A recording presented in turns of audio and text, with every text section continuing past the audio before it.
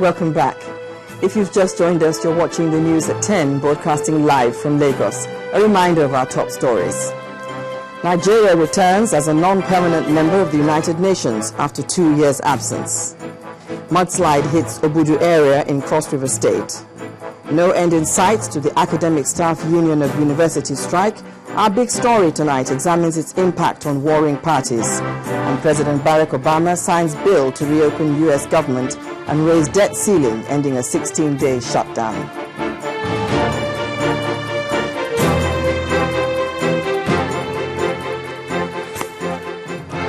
Well, all our top stories and other programs can be found on our website, channelstv.com, and on youtube.com/channelsweb. To get us on the move, visit m.channelstv.com, and to view us live on iPads, iPhones or Blackberries, you can also download the Channels TV app for Android and Nokia 920 devices from their respective stores. You can now interact with Channels Eyewitness feature on our Android and Windows 8 platforms. If you have a picture or video to share with us, all you need to do is download the Channels TV Android application on your device. Swipe to reveal the Eyewitness menu and follow the instructions to share your report, pictures and videos.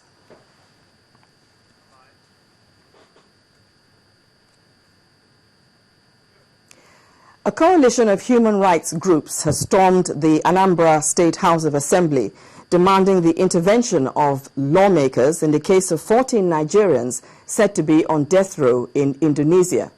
Mr. Anthony Orokoya, who led the protesters, explained that most of the condemned persons are from Anambra State, which necessitated their bringing the matter to the state lawmakers. Mr. Orokoya condemned the alleged sentencing of the Nigerians without fair hearing. The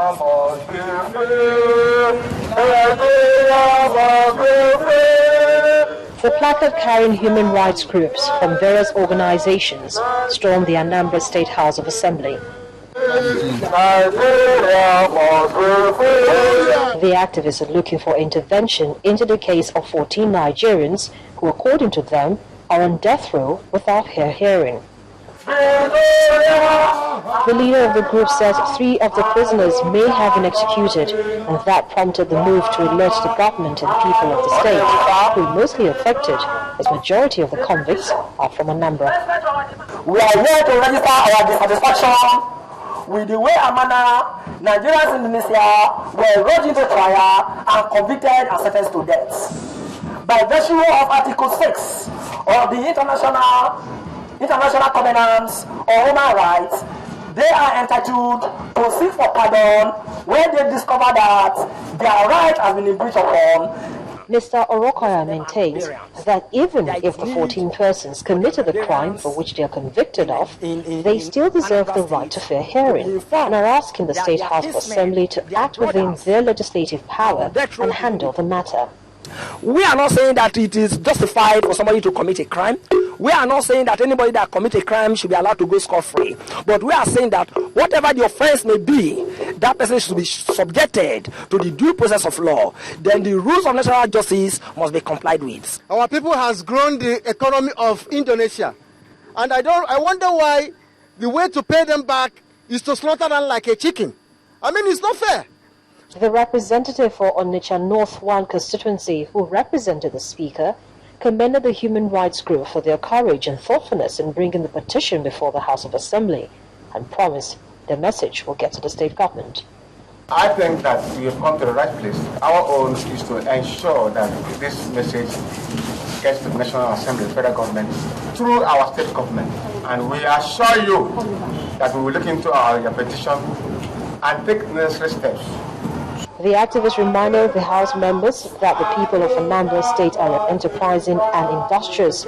They believe that the execution of these people might dampen the enthusiasm of other members of the public, especially if they're not fairly tried. Traditional rulers from the Anambra Central Senatorial District have expressed confidence in the governorship flag bearer of the All Progressive Congress, Senator Chris Ngige. They made this known during a meeting in Awka, the state capital, between the senator and the Council of Monarchs from the zone.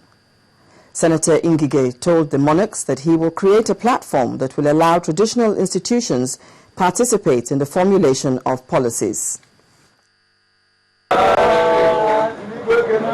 Senator Chris Ngige being welcomed by His Royal Highness Igwe Samuel Okafor, the Igwe Ogeno Puno, and other traditional rulers. Though their conversation was in the local dialect, it was obvious that the APC governorship candidate came to present his stewardship as a senator representing the zone and to formally declare his ambition and agenda for the state. Pleased with his proposal, the royal fathers pledged to give him their support. We have confidence that when someone like Onwa is voted, he will deliver to the people. God created everyone with different talents. Wisdom comes in various ways, but the difference in quality is always clear. After the meeting, Senator Chris Ngige explained the details of their meeting. They know that I'm one of their own. This is the constituency I represent in the Senate. And you can see the endorsement. That is total. And without anybody saying you are from Central, or you are not, or you are South. No. They all endorsed unequivocally. And I've told them we have to make them part of the government. We consult them, our royal fathers, and they will advise us appropriately and accordingly. The APC candidates team left the palace for the campaign office but made stopovers around Unizik Junction to address market women and university students. A coalition of civil society groups has appealed to the Nigerian Labour Congress to intervene in the ongoing strike embarked upon by the Academic Staff Union of Universities. The groups held a protest through the streets of the Federal Capital Territory, holding placards and banners demanding that ASUU calls off its strike in the interest of the students. Speaking for the Nigeria Labour Congress, Dr. Peter Ozoeson said the union will take steps to bring the two parties to the negotiation table.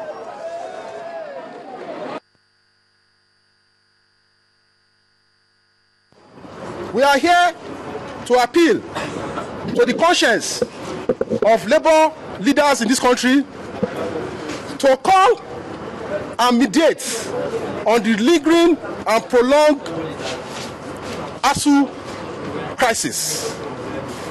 We are not unaware of the germane and relevant issues raised by ASUU. There is need for our institutions to be revitalized. There is need for improved research. There is need for improved allowance. There is need for infrastructure development in our every towers. No doubt about that. But all over the world, no country has been able to meet the demands of labor unions 100%. So we are concerned. We are also, however, concerned that when our children return to school, that they return to school, that is what the name that they are called. Universities where you will find that they practice the best in comparison to other universities in the world.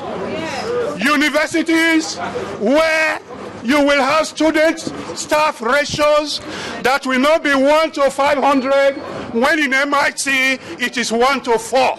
We will take your message. Because what your message and your protest does this morning is that it strengthens that process which we want to play. This will act as an additional pressure on the two contending parties to allow for a framework where mediation can take place. Well, for 3 months and counting, the Academic Staff Union of Universities has been on strike across all federal and state universities in the country. Members say they are protesting the non-implementation of an agreement with the federal government entered into in 2009 and a subsequent memorandum of understanding in 2012. In our big story tonight, we examine the effect of the strike. Instant noodles, tasty nutrition, good for you.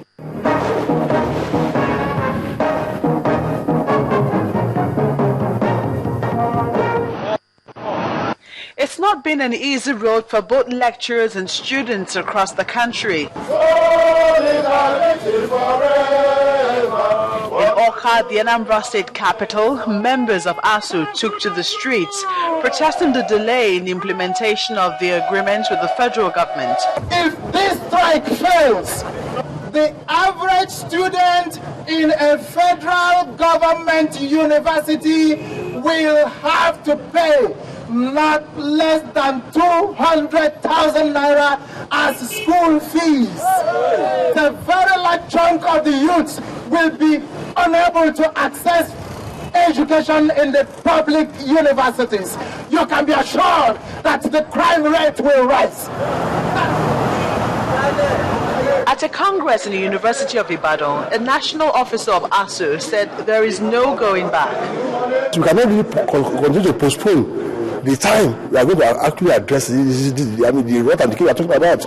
And that is why we are saying government needs to urgently inject some massive fund as contained in all the documents, the agreement, the MOU, and the needs and assessment report. And that's why we are saying government needs to inject at least 500 billion naira. One thing that it is necessary that man must make demands, but each demand you are making, you must situate it as the existing circumstance. Is it practicable? And so there's no need of you saying government should make commitments that will be difficult for them to fulfill tomorrow.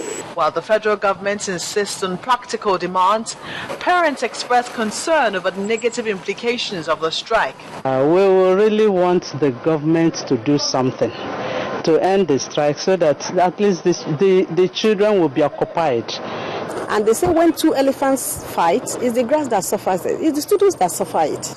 The situation has also greatly affected those whose businesses thrive on the presence of students on campus. Food vendors, transport service providers, and other service providers who are complaining of commercial paralysis. Since this issue of this strike, because it affects our business for so long, up to now, we don't know our fate.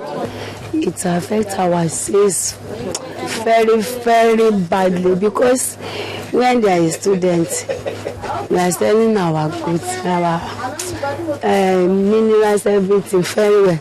But since they are not around, there is no sales at all. Business is comatose for some, but students who are mostly affected are divided on the issue. We want to plead on the federal government to please call off the strike. It's affecting us. We've been at home for so long and we are no longer enjoying this. I want to also use this opportunity to call on ASUU. Please accept the concession given to you by the federal government. We are tired of staying at home.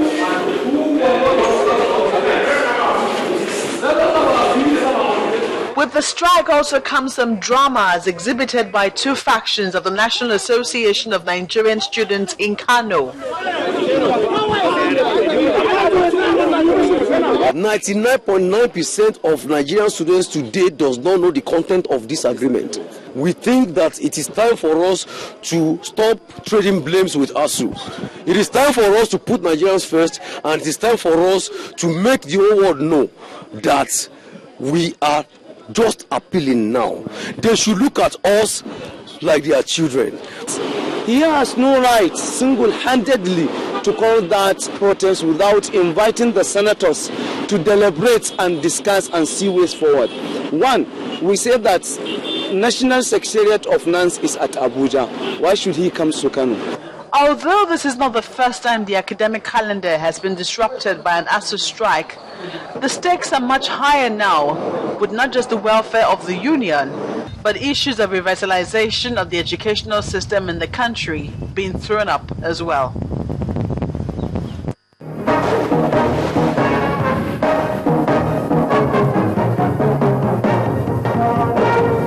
Indomie instant noodles, tasty nutrition. When the news at 10 returns, work resumes after the Eid al-Kabir celebration. Please join us again.